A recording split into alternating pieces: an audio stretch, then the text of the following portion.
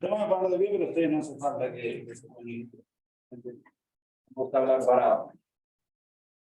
Bienvenidos y bienvenidas a esta presentación del libro sobre el Tratado sobre Empresas y Derechos Humanos, Perspectivas Latinoamericanas.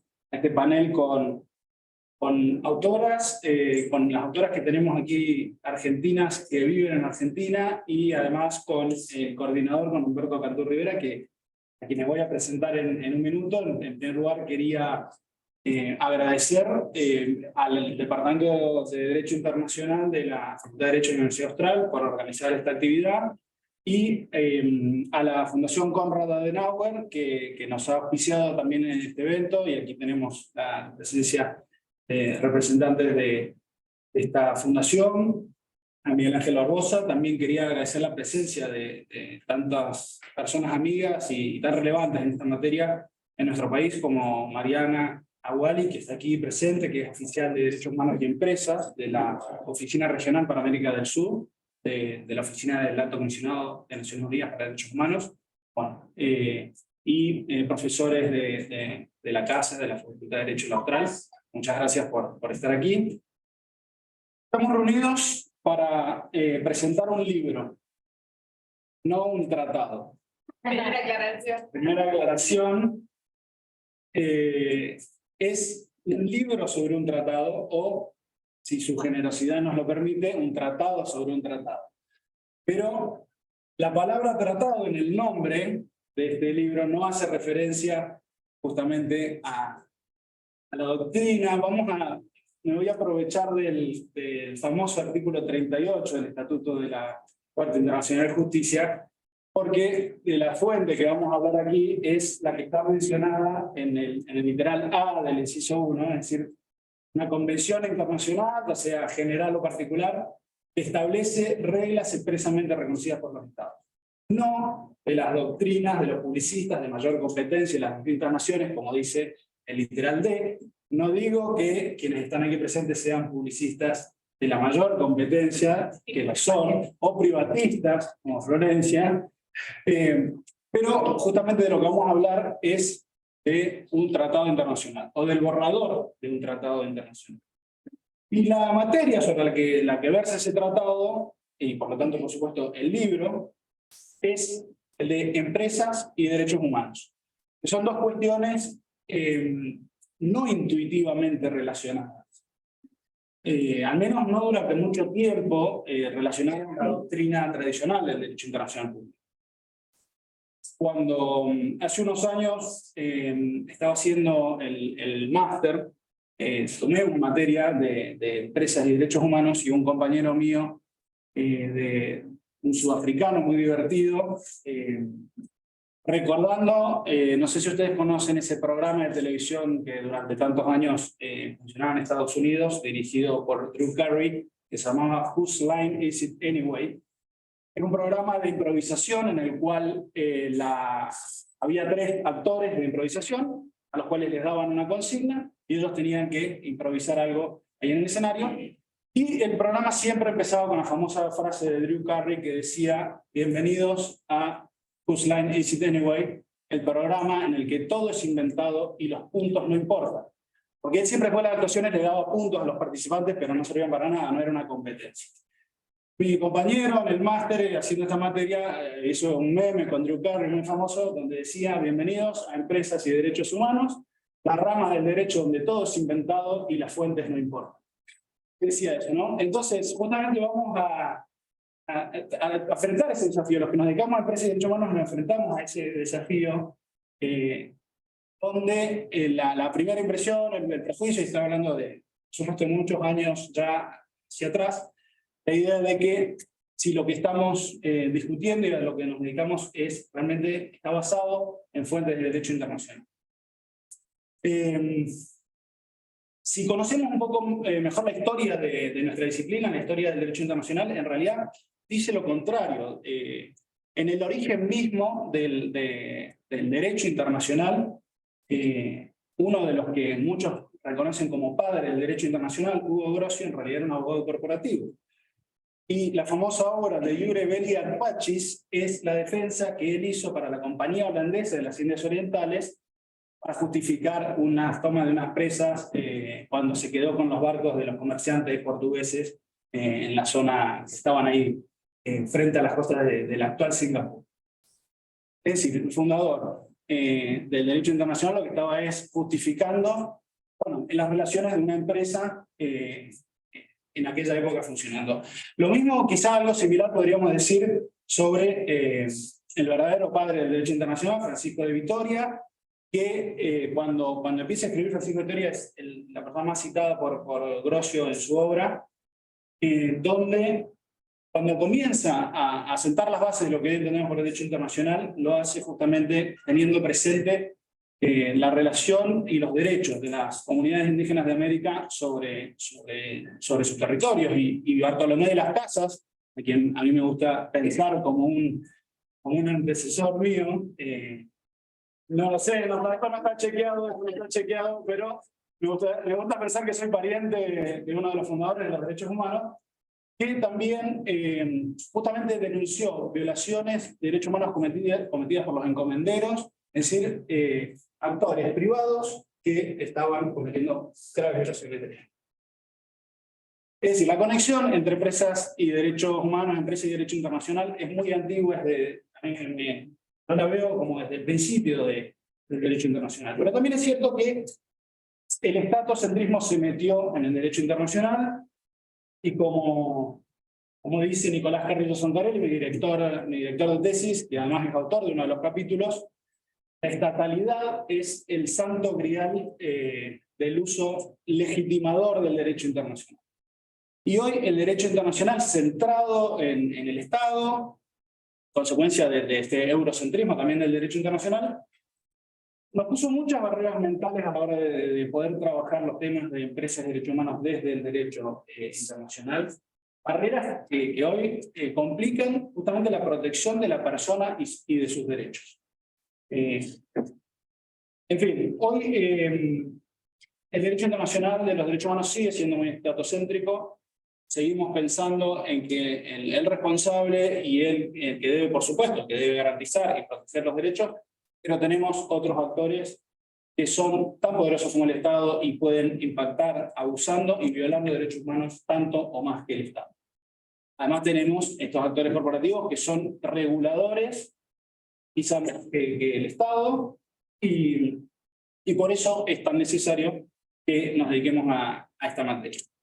Por eso también hablando, como decía hace un rato, de las fuentes, es tan importante que exista un tratado sobre las empresas y derechos humanos, un tratado internacional que venga a clarificar muchos de aquellos principios que hoy están en unas fuentes que muchos siguen poniendo en duda y que viene a cubrir de alguna manera ese bache. Y eso es de lo que van a hablar mis colegas, a quienes ahora voy a pasar a presentar. En primer lugar, va a usar la palabra Denise Cufré, nuestra compañera que es de aquí de Buenos Aires, porque también quiero aprovechar para agradecer a los otros dos que están aquí presentes, han venido a Buenos Aires para esta presentación desde Santa Fe y nada menos que desde México. Entonces, en primer lugar, presento a Denise Cufré, abogada y especialista en Derecho Internacional de los Derechos Humanos de la UBA, actualmente investigador en la Universidad Nacional del Litoral, y que forma parte del Consejo Directivo de la Academia Latinoamericana de Derechos Humanos y Empresas, y que además tuvo a cargo esta área en la Secretaría de Derechos Humanos de la Nación. Si te parece, Denise, te doy la palabra y después voy presentando a quienes vayan a primero. Muchas gracias, Ignacio. Justo encima está mi ex jefe en el público. Así que tenemos a otra persona que estuvo muy a cargo de estos temas en el país, quizás para aprovechar y dar un poco de contexto. Tenía que decirlo. Para dar un poco de contexto también, nosotros tenemos dos iniciativas en el campo internacional para hablar de la agenda de empresas y derechos humanos. La primera es esta agenda de soft law, de la que nos estaba hablando Ignacio, a través de los principios rectores de las Naciones Unidas sobre las empresas y los derechos humanos, que hoy ya la interpretamos en forma conjunta, las líneas directrices para las empresas internacionales de la OCDE y la declaración tripartita de la OIT para todo lo que tiene que ver con la dimensión laboral de una versión ya más ampliada, que es la de conducta empresarial responsable. Y por el otro lado tenemos la iniciativa del tratado. el instrumento jurídicamente vinculante, esa cosa que se pronuncia así tan fea, ¿no? Y tan redundante, y que es sobre la que escribimos como proceso, porque arrancó siendo un análisis sobre los primeros instrumentos y la actualización posterior que se fue dando en el marco de las rondas de negociaciones y cómo los estados, pero no solamente los estados, sino las organizaciones de la sociedad civil, la representación de empleadores y de trabajadores, fueron también aportando al debate y fueron en algunos casos mejorando, hubo retrocesos, pero todo este proceso es algo que hemos discutido y que en particular en esta mesa, además, están Florencia y Humberto, que lo siguen constantemente al proceso de negociaciones, que además nos pueden comentar también algunas cuestiones muy propias de lo interno, de ese seguimiento, ¿no? Entonces, el tratado viene a, o para ponerlo en contexto, viene, como decía Ignacio, a intentar darnos un poco más de seguridad, quizás jurídica, en temas de la agenda de empresas y derechos humanos, pero eso no significa que no tengamos nada previo sobre lo cual trabajar, ¿no? Y esto es importante porque hay muchas discusiones sobre si una agenda es contraria a la otra. Si la agenda del soft law, de los instrumentos no vinculantes, va en contra del proceso, si el proceso del tratado, de la negociación del tratado va en contra de la agenda de los principios rectores. Y ahí tenemos diferentes actores que tienen diferentes posiciones y todo esto es importante entenderlo en el momento de analizar las diferentes versiones de los borradores, ¿no? Porque hay actores que en determinados momentos cobran más relevancia y que van imponiendo también sus consideraciones y que luego quizás incluso van en detrimento del proceso, porque cuando se van mezclando muchas cosas en los artículos y dejar contentas a determinadas partes, luego no necesariamente se logra el estado de negociación. En este momento sí estamos en estado de negociación, eso es importante decirlo. ¿Por qué un tratado de derechos humanos, de empresas y derechos humanos? ¿Por qué es necesario un tratado de empresas y derechos humanos? ¿Y por qué no va en contra de la agenda de soft law? Son complementarias. Nosotros tenemos un montón de iniciativas que tienen que ver con la autorregulación o con los estados mismos a través del diseño de políticas públicas, como los planes nacionales de acción, para de forma local adherir a estas iniciativas de soft law, tomar dentro de sus políticas públicas, de sus programas, o incluso a través de normativa interna, esta agenda. Sin embargo, todos sabemos que un instrumento, un tratado internacional va a fijar otras condiciones de exigibilidad que no va a tener solamente la persona, la potencial víctima dentro de... Entonces, son complementarios, no van uno en contra de la otra. Yo creo que esa es la primera gran afirmación que podemos hacer, o al menos la hago yo desde mi opinión, me imagino que comparten. Y esto es importante para acelerar el respeto a los derechos humanos desde la actividad empresarial, que es a lo que estamos apuntando. En este contexto también, y en particular en cuanto a lo que escribimos con el grupo de investigación, en el capítulo de este libro, también hay que reconocer que hay, como decía también Ignacio, determinadas empresas que tienen mayor poder económico que los sectores estatales. Entonces, la vulneración a derechos que ocurre en relación con las actividades de las empresas, en muchas ocasiones, no permite que la víctima pueda realmente acceder a la justicia, sea porque la gran empresa o la empresa transnacional, que es, y sobre empresas, qué tipo de empresas es algo que hemos ido mil veces en los diferentes borradores, que si íbamos a estar hablando de empresas transnacionales, y vamos a estar hablando de todas las empresas, como les decía, es un paréntesis que yo me voy con las empresas. En particular, en uno de los borradores prevaleció de alguna forma la mirada de la Unión Europea, queriendo incorporar a todas las empresas, y eso lleva a una discusión con todos los países del sur global, que ven que las empresas pura y exclusivamente nacionales no van a tener la posibilidad de competir con las empresas transnacionales, por más que obviamente las responsabilidades tienen que ver con el tamaño y van a estar fijándose en función de ello, ¿no? Ese era el paréntesis con uno de los actores. Hemos discutido mucho si era qué tipo de empresas iban a estar siendo entonces alcanzadas por el tratado, y en definitiva el tratado es un tratado que fija la responsabilidad del Estado.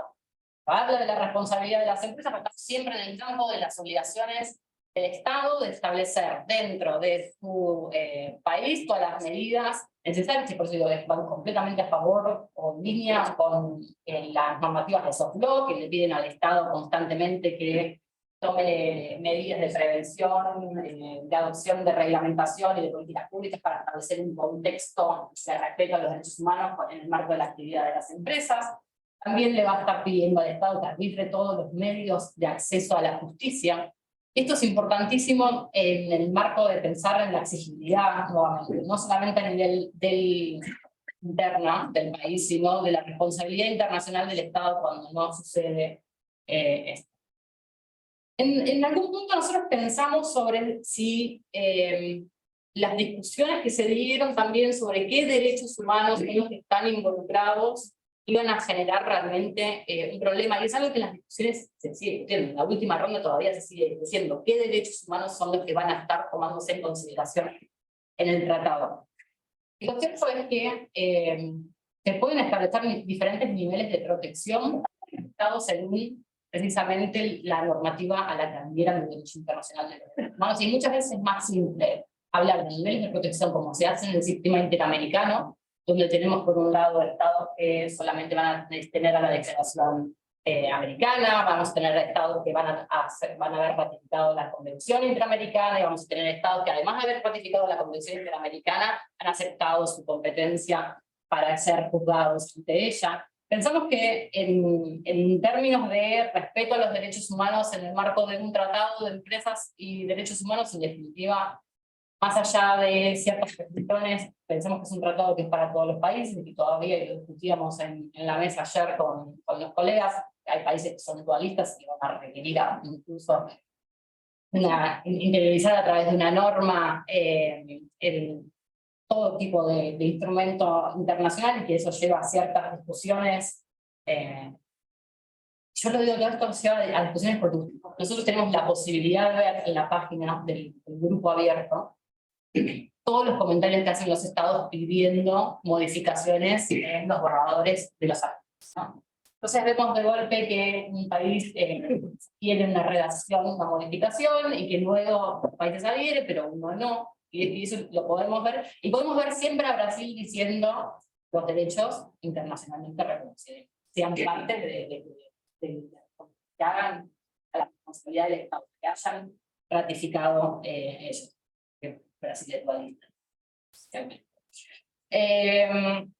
Y estas discusiones no obstan a pensar en los niveles de protección en los que se van a estar dando los derechos. Si nosotros nos paramos desde la base de que los derechos son interdependientes, se interrelacionan completamente, si reconocemos que los derechos humanos están, y que un Estado lo que hace es reconocerlos, comprometerse a ello en el momento en el que ratifica un tratado, pero que eso no hace a la existencia a partir del momento de que un Estado ratifica un tratado de ese derecho humano, entonces nos sirve entender que la existencia de mecanismos de soft law, como de los principios rectores, van a ser un nivel intermedio, un criterio de interpretación que van a poder utilizar estados que quizás no adhieran luego al tratado, al instrumento jurídicamente vinculante, y habrá estados que ratifiquen este tratado y se comprometan un poco más. Quizás Argentina, por ejemplo, en su tradición de ratificar los tratados de derechos humanos en forma automática,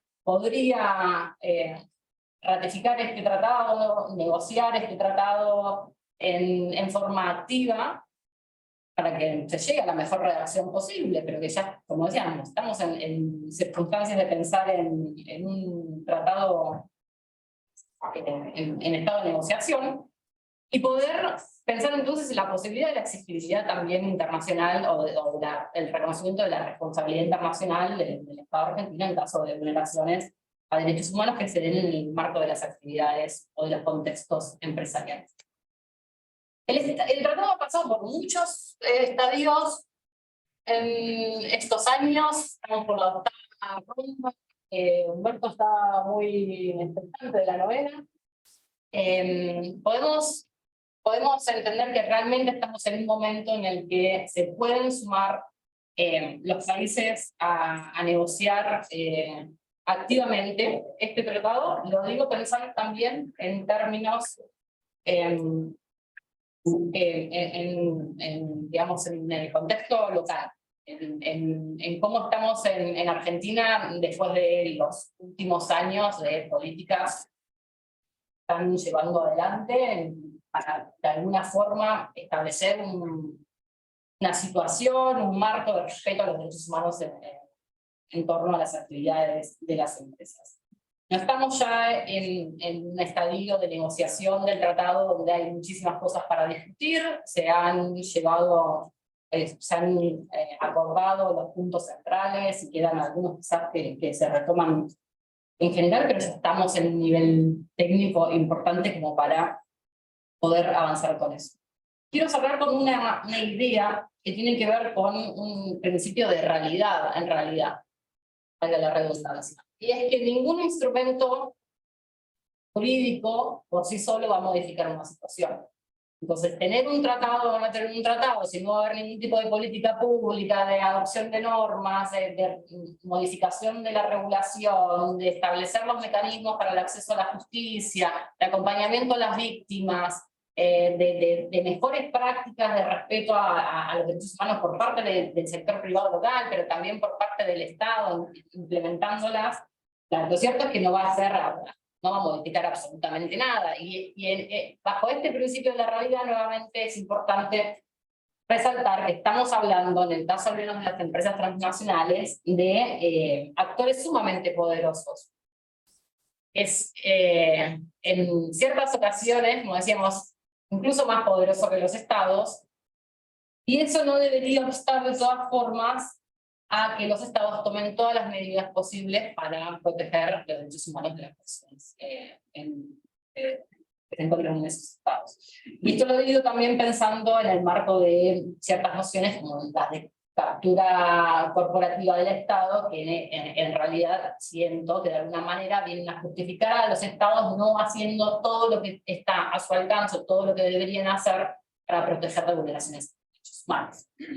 Una cosa es la interferencia de la industria, que está muy bien documentada en términos, por ejemplo, de la industria alimenticia, de la industria tabacalera, pero otra cosa es hablar ya de captura corporativa y creer que el Estado es un Estado fallido, que es incapaz por completo de hacer frente a las grandes empresas, que no van a tener la posibilidad de hacerlo, salvo que tengamos un tratado. No, digamos, el tratado no viene a solucionar esa situación, viene a brindar herramientas, viene a fortalecer la protección de las personas, viene incluso a discutir la creación de un fondo para las víctimas, pero no va a ser tampoco, digamos, no va a cambiar de un día para el otro que tengamos un tratado internacional, bueno, un instrumento jurídicamente vinculante sobre empresas y derechos humanos. Y esta es una discusión que se da también muchísimo entre sociedad civil y órganos estatales, o mismo incluso del sector empresarial, ¿no? Por eso decimos siempre, son complementarios, se necesitan ambas iniciativas, se necesita que los estados se tomen un compromiso real en estas cuestiones, y estamos hoy en condiciones de sentarnos a discutir realmente estos temas. Tenemos más de 50 países haciéndolo. Tenemos menos de 25, no, ahora ya estamos en un par más. Tenemos 26, 27 planes nacionales de acción de empresas y derechos humanos, nada más, que es el camino de la política pública, con lo cual se complementan sin duda. Tenemos mucho más de estados sentados discutiendo el tratado. Veamos qué es lo que podemos hacer con todo esto para que se vaya algo presente. Y Florencia nos vas a contar un montón de cuestiones muy técnicas de derecho internacional privado. Gracias, Denise. Voy a presentar.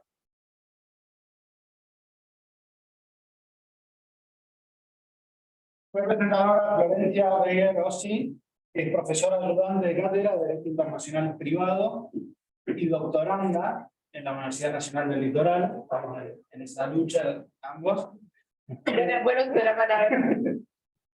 Es asesora del Programa de Empresas y Derechos Humanos de la Defensoría del Pueblo de la Nación y consultora del Alto Comisionado de las Naciones Unidas para los Derechos Humanos en el marco del proyecto CERALIC, que es Conducta Empresarial Responsable para América Latina y el Caribe.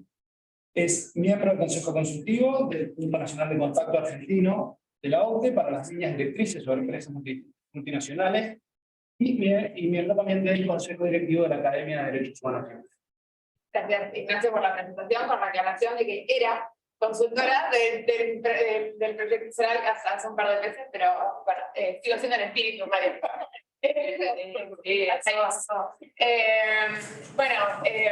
Denise y Ignacio hicieron una muy buena introducción del planteo con el que nos encontramos cuando vemos este borrador de Tratado de Empresas y Derechos Humanos y todo este proceso.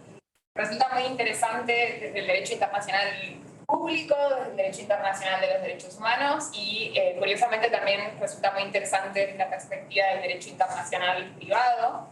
Y ese es un poco el aporte o la mirada que tiene el capítulo que escribí, con todas las críticas que seguramente se le pueden hacer y que son súper bienvenidas.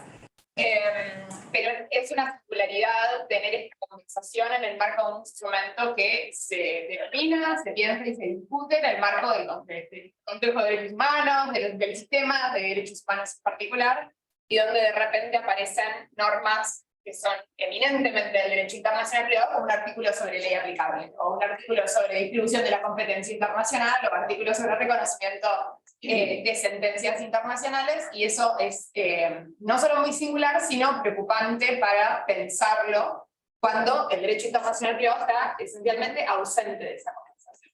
Y eso es culpa nuestra y también culpa del foro, para la conversación, porque el espacio en el que se genera la conversación y el espacio en el que se da la discusión es un espacio en donde no se deberían en principio tener en cuenta estas consideraciones, un poco por lo que mencionaba Denise sobre el poderío del capital y el poderío de las empresas para negociar en otros ámbitos, y además porque las empresas tienen sus propias reglas para la mayoría de estas cuestiones, e incluso a la par de todos estos procesos se acompañan otros que tienen un corte más del derecho privado, ¿no? Empiezan a aparecer proyectos de cláusulas contractuales alineadas a la Convención de Viena, la que importa, la de Conferencia Internacional de Mercadería, y aparecen reglas de arbitraje, ¿no? No, es importante. Reglas de arbitraje especializadas en arbitraje de empresas y derechos humanos, y entonces aparecen foros que quieren específicamente dedicarse a este tipo de contratos y de situaciones. Y tenemos ejemplos de resoluciones de casos muy extensos y muy complejos que fueron resueltos por vía arbitral, como los acuerdos de Rana Plaza en el marco del derrumbe de Bangladesh. Entonces tenemos todo un acervo jurídico y de experiencias que van muy por fuera de las discusiones del derecho internacional, de los derechos humanos o de las discusiones en esos foros, y por eso es importante que el borrador de elementos, el instrumento de elementos, que fue como el puntapié de todo este proceso, que dijeron vamos a poner estas 10 cosas, haya considerado normas de jurisdicción, haya considerado normas de derecho aplicable, de reconocimiento y de cooperación internacional, pero el problema es que si estas normas no se compadecen con el universo existente de tratados, adoptar este instrumento va a significar que todos los estados tengan que denunciar un universo de tratados muy enorme para poder poner en funcionamiento eso si las normas no son compatibles. Entonces, esta disociación primero pone sobre la mesa una conversación que seguramente todos han tenido, que es el derecho internacional público, el derecho público y el derecho privado ya no son un sigma, ya no pueden escindirse uno del otro, pero esta conversación particularmente y este instrumento los pone sobre la mesa como una discusión que hay que tener en términos jurídicos. ¿Cómo hacemos para compatibilizar lenguajes que son eminentemente diferentes, ¿no? O sea, nosotros hablamos de jurisdicción y entendemos una cosa, y el derecho internacional público habla de jurisdicción y entiende otra completa y completamente diferente, y lo mismo sucede con el concepto de orden público. El orden público del derecho internacional privado es algo, y el orden público del derecho internacional público es algo completamente diferente. Entonces, cuando esos conceptos se ponen en un mismo instrumento, la necesidad de compatibilizar lenguajes y de decir qué estamos entendiendo por jurisdicción cómo hacemos para poner en un tratado de derechos humanos un artículo de distribución de competencia internacional, porque ese es un artículo de distribución de competencia internacional, es un artículo de ley aplicable, con una norma de conflicto y un reenvío, algo súper de modelo, que ahora lo sacaron, pero aparecía. Entonces, todo eso es un universo de discusiones muy complejas, que no están 100% abordadas en este artículo, desde ya, que hay muchas que han quedado fuera también en general del libro, porque son también muy técnicas, pero el capítulo con el que yo contribuyo y otros 2 capítulos más se dan a la tarea de discutir fuertemente todos los problemas que hacen a la jurisdicción internacional con sus múltiples aristas y divergencias en ese sentido. Y el problema también está no solo en la compatibilización del lenguaje, sino también en la compatibilización de universos jurídicos. Las normas y la fortaleza de las normas europeas, Roma II, Bruselas, Lugano, Bruselas revisada, son muy distintas al universo de normas que hemos conseguido adoptar, aunque muy fuertes, muy interesantes y muy modernas, en el sistema interamericano, particularmente en materia de derecho internacional privado, en el marco de las CIVILs. Y esas están siendo tenidas en consideración, fueron tenidas en cuenta en la elaboración, pero en mucho menor medida. Primero porque tienen algunas modificaciones están vigentes, pero no todos los países de las Américas lo han adoptado. Y segundo, porque ¿no? Las cosas, diríamos, son exitosas si son aceptadas por Estados Unidos y Europa. Entonces, la mirada latinoamericana muchas veces en esa discusión se pierde. Entonces, también aparecen esfuerzos regionales que son interesantes de reponer en esa discusión. Los principios de la SADIP en materia de procesos transnacionales tienen soluciones muy modernas, y son incluso más modernos tal vez o más interesantes de considerar para esta discusión que los esfuerzos de adopción de principios o de elaboración de principios de experiencias europeas, y sobre todo representan mucho más nuestra idiosincrasia regional. Y como lo cierto es que este instrumento va a impactar también en las jurisdicciones de los países de las Américas, es importante que podamos tener en consideración nuestra realidad, ¿no? Nuestro concepto de foro de necesidad, que está en el tratado, es un concepto particular, lo mismo pasa con muchas otras jurisdicciones de América Latina, y es distinto, y la construcción es distinta a cómo se dio en los países de Europa, y eso también es bueno que pueda ser discutido. Entonces me parece que, para cerrar, que lo interesante del tratado es que tiene esta tensión que fue bajando ciertamente mucho a la medida que fueron avanzando los borradores, creció exponencialmente, y en la última ronda de discusiones las sugerencias del chair fueron un poco restringir el contenido de esas 3 o 4 normas que tienen cuestiones de derecho internacional privado, sin perder las reglas más generales o más necesarias, ¿no? Por la necesidad, inclusión de referencias al forum non-convenience, la eliminación de la posibilidad de utilizar el forum non-convenience para restringir el acceso a la justicia, incluso las normas de derecho aplicable. Entonces, ya había eliminado el reenvío en una revisión anterior, pero seguía estando esta norma que era bastante disonante y difícil de discutir cuando no se tienen a los técnicos de los especialistas anales. Entonces, una de las consideraciones es convoquemos, participemos a la Conferencia de la Haya de Derecho Internacional Privado, a la SADIP, al Comité Jurídico Interamericano, a los órganos que tienen las competencias y las herramientas para discutir estos temas, pero también pensemos si efectivamente tenemos la capacidad de cruzar estos universos y hacer un documento que sea viable.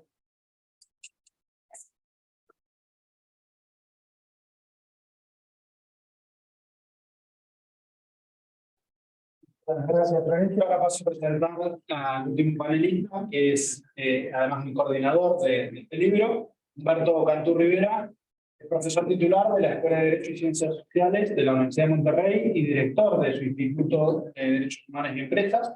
Es doctor en Derecho por la Universidad de París II, Panteón Assas.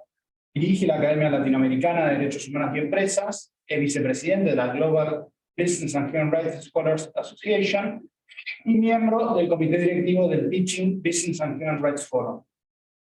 Es miembro del comité editorial del Business and Human Rights Journal y de la revista Droit Fondamental de la Universidad de París II, Panteón Assas, y es Senior Fellow del NOVA Center for Business, Human Rights and the Environment. asesorado a gobiernos de América Latina, empresas, asociaciones empresariales y organizaciones internacionales en la temática de derechos humanos y empresas. Ha participado como experto en diversos procesos de construcción normativa y de políticas a nivel internacional, regional y nacional, incluyendo como asesor experto de la Delegación de México desde 2015 en la negociación de este tratado internacional del que estamos hablando hoy. Y además ha fungido como perito en la materia de la Corte Interamericana de Derechos Humanos en un caso, el caso de Morris y otros, sobre los abusos vistos contra hombres. Humberto, muchas gracias por estar aquí. Gracias a ti, Ignacio, y gracias sobre todo por la hospitalidad para tener este evento aquí, que se armó pues relativamente en poco tiempo y que me da mucho gusto que lo vamos a celebrar en este espacio. Justo estaba pensando, la primera vez que nos vimos, me parece que fue por acá, y eso fue justo después de la primera sesión. Entonces, es muy interesante regresar a Buenos Aires para compartir con ustedes parte de este trabajo colectivo que, como ya les contaré, tenía varias misiones, varios objetivos, ¿no? Pero, bueno, más allá de agradecer a la Universidad Austral, a la Fundación Conrad Adenauer también por este espacio, quisiera también agradecerles a todas y todos que están aquí presentes, tanto en persona como en Zoom, para acompañarnos para este lanzamiento y esta discusión, en todo caso, entre amigas y amigos sobre un tren en movimiento. Eso es lo primero que quiero decir, es el primero de los 3 puntos que quiero abordar el día de hoy. Hace algunas semanas estábamos planeando justamente la presentación de ese libro en la Academia Diplomática de México. Y me preguntaba el director, que es un diplomático con una gran trayectoria, bueno, el tratado ya está listo para firma, ya abrió a firma. Y le dije, no, justamente eso es lo que no tenemos todavía, pero el libro busca abordar eso. Es un tren en movimiento. Y si es un tren en movimiento, hay que enfocarse justamente en qué podemos hacer para aportar al proceso. Y eso es en gran medida también el objetivo que tiene este libro, es ser una obra de referencia para quienes están en la sala de negociación o en las capitales en nuestros países para ver cuáles son los elementos mínimos que hay que considerar respecto de los diferentes bloques que están presentes actualmente en la negociación y en el instrumento como tal. El libro tiene básicamente 3 objetivos, y eso era lo que buscaba tratar de generar cuando estábamos empezando a trabajar en esto, hace ya casi 5 años, tal vez un poquito más de 5 años, con las disculpas del caso, obviamente. Pero era el primero de ellos, tener esa discusión y reflexión desde América Latina. ¿Por qué? Porque si ustedes revisan toda la bibliografía, la gran mayoría de la discusión sobre este tema, a nivel internacional, es toda en lengua anglosajona, no en francés, no en italiano tampoco, y no en español. No había realmente un instrumento de tipo que buscara abordar y presentar este tema y esta negociación en particular con esta mirada. ¿Qué piensa América Latina y las y los especialistas de América Latina en el tema sobre este proceso de negociación? Entonces, el primer objetivo que tenía era justamente eso, generar un espacio de discusión, de reflexión que pudiera servirnos, que pudiera inspirar también tal vez a quienes están trabajando en esto para ver cómo puede guiar y apoyar en esa toma de decisiones políticas ciertamente, aunque también jurídicas, para ver cómo se construye un instrumento internacional. Y el segundo punto era precisamente relevar esos aportes latinoamericanos, porque no es un texto que esté surgiendo de la nada, a pesar de que era parte de lo que estaba diciendo ahorita Ignacio, que es un espacio que va en nacimiento y en crecimiento. Y es cierto, la temática, la forma en que se ha encapsulado actualmente esta discusión en clase de derechos humanos tiene esas características de ser algo nuevo, novedoso y algo que a final de cuentas genera también un amplio campo de trabajo y de reflexión. Pero era ver qué hay ya en América Latina y qué hay desde la lógica del derecho internacional que aporta a esta conversación. Es un tema que en muchos casos, al menos habiendo tenido la gran fortuna de estar en la sala de negociación desde hace 8 años, he podido observar cómo hay países que teniendo, por ejemplo, una gran cantidad de elementos que podrían aportar para construir algo sólido y aceptable al final de cuentas, que es un instrumento que depende de la aceptación de los estados, cómo eso estaba ausente. Hace algunos años, justamente en Colombia, y tuve mucho miedo de que nos expulsaran del país, en una reunión con la Cancillería les decía, para mí el gran ausente en la discusión es Colombia. no tiene una sola toma de palabra con algo de fondo. Y eso ha pasado con muchos otros países de la región. Y creo que justamente lo que busca aportar el libro es qué es lo que ya existe en la región, en el derecho interno, el derecho civil particularmente, que es tan importante para esta discusión, pero también el derecho sustantivo, en las cuestiones sobre víctimas, en las cuestiones sobre cuáles son las obligaciones del Estado puestas en la práctica y que pueden servir para retroalimentar esta discusión. Y el tercer objetivo era simplemente abordar algunas de las preguntas principales. ¿Qué se quiere regular? Es, como decían ahorita, las empresas transnacionales, es algo más, es tal vez la actividad transnacional de las empresas. Fue muy criticado cuando apareció en el texto del documento de elementos justamente, pero que, bueno, es a final de cuentas algo mucho más técnico, sólido y existente jurídicamente que el concepto como tal de empresa transnacional. También parte de la discusión es cómo se plantea hacer eso. Es a través de la prevención y qué implica la prevención, particularmente la debida diligencia, tanto de empresas como del Estado, cómo se determina la responsabilidad jurídica en materia civil, en materia penal, en materia internacional, a final de cuentas, y sobre todo cuáles son aquellas vías de acceso a la justicia que tienen que considerarse para que las personas afectadas por la actividad empresarial en casos transnacionales puedan realmente acceder a los tribunales y obtener algún nivel de reparación. Dicho eso, bueno, el libro tiene la gran fortuna también de reunir especialistas de 9 países distintos, todos de América Latina, y eso creo que es un gran aporte, refleja de cierta manera esta voz que estaba ausente, pero que afortunadamente empieza cada vez más a surgir y empieza cada vez más a notarse. Y quisiera acercarme a la conclusión señalando brevemente algunos. Y es, ¿por qué es importante esa discusión y ese instrumento, en todo caso, la negociación como tal para América Latina? Y es algo que yo en el capítulo introductorio denominé los efectos indirectos. Por más que haya todavía una discusión y que no sepamos si va a llegar a buen puerto, si se va a adoptar el tratado o no, aunque esperamos que eso sea el caso en el futuro, no sé si próximo o lejano, pero en el futuro en todo caso. ¿Cuáles son los efectos indirectos? ¿Qué es lo que ha generado la discusión? Y para mí hay muchas coincidencias, que no creo que sean muchas coincidencias en realidad, sino esos resultados, esos desarrollos que han ocurrido. Por ejemplo, empieza la negociación en 2015 y empieza Europa de forma muy interesante a impulsar que sus propios Estados miembros tengan planes de acción nacional y también a que otros países de otras regiones y particularmente América Latina desarrollen ese tipo de instrumentos. A mí no es coincidencia y no sé si para alguien sí lo sea. En el mismo sentido empieza la negociación y un poco más técnica, 2017-2018, sobre cómo se podría traducir este instrumento en diferentes marcos normativos y demás, y empieza Europa a pensar en leyes sobre debida diligencia. Entonces, todas esas cuestiones, a mi gusto al menos, son el resultado de esta negociación. Ni siquiera de este instrumento, de esta negociación, y es muy importante porque cambia la dinámica.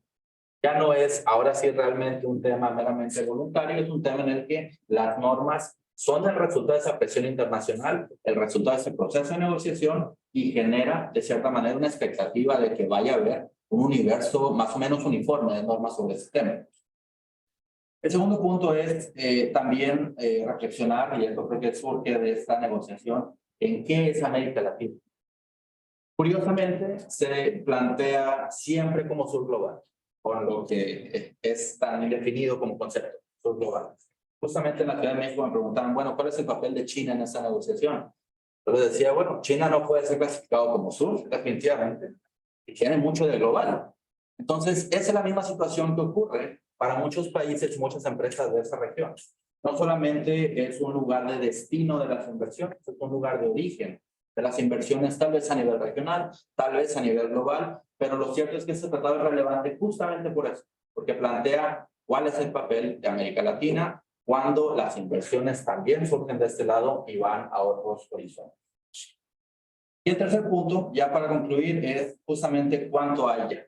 Este libro busca plantear en términos de, por ejemplo, acceso a la justicia, qué han dicho en alguna medida, tal vez los tribunales de América Latina, tal vez este libro no lo aborda tanto como los que hemos producido, pero esta es la discusión y la intención. ¿Qué hay que se pueda aprovechar para generar un tratado, un instrumento que pueda ser, a final de cuentas, aceptable para los gobiernos, que sea efectivo para las personas que requieren, a final de cuentas, la protección y la garantía de sus derechos por parte del Estado, y sobre todo, que tampoco es menor, que se requiere para efectos de que las empresas tengan este tipo de prácticas que sean más responsables con los derechos humanos y con el medio ambiente. Con eso quisiera cerrar, y pues les agradezco nuevamente por su atención y por su presencia. Muchas gracias.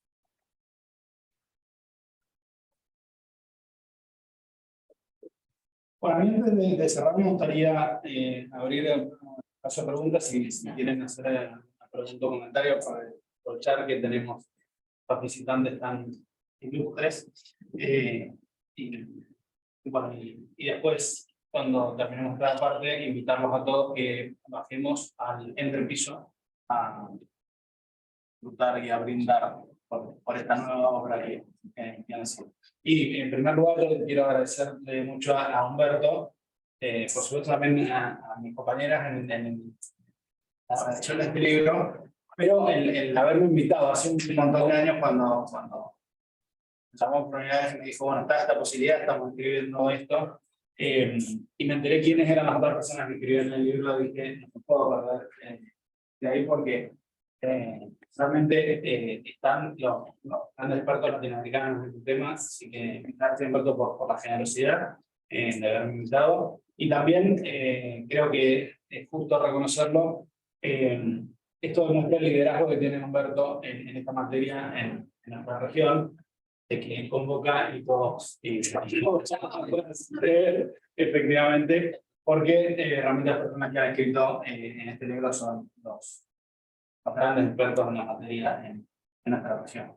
Así que bueno, felicidades por eso. Gracias por la paciencia también que tuviste. Nosotros algunas te tuvimos que tener, pero gracias también por eso, porque tuvo muchos avatares el libro, una pandemia en el medio y todo.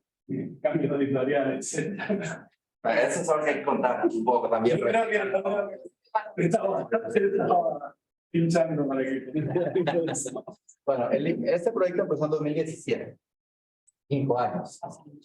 Estaba fresco el documento de elementos, eso hace 4 borradores del tratado. Y bueno, empezamos a escribir, la idea era actualizarlo en 2018 con el borrador y que saliera el libro.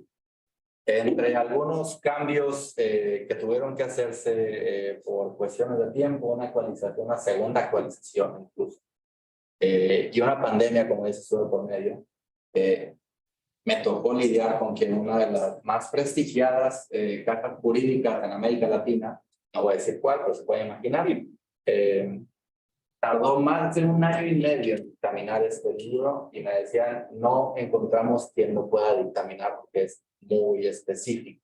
Estábamos todos escribiendo ahí. Sí, exactamente. Entonces, hubo que hacer cambio de dirección, cambio de clase editorial. Eso no tomó mucho tiempo, tomó 2 o 3 meses más o menos. Y justo cuando estaba recibiendo las pruebas, hace 6 meses, me escriben de la otra editorial, listo, encontramos quien lo dictaminar, y digo que estaba todo muy bien, ya puede salir. Entonces fue, como les decía, un libro, un tren en movimiento, porque empezamos un momento, el texto ha seguido avanzando, pero lo más importante, y eso creo que es muy importante destacarlo también, es que sigue manteniendo una esencia que no está ligada al progreso del instrumento.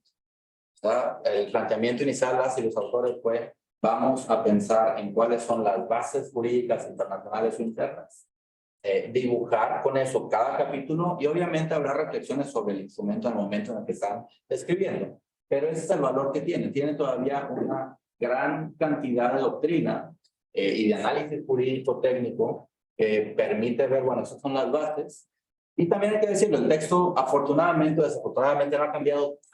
Sí, es una misma discusión, palabras más, palabras menos, pero es el mismo enfoque. Entonces, esos son algunos comentarios extras sobre lo accidentado que fue este libro, pero bueno, lo importante es que ya está aquí para que lo puedan leer también y comentar.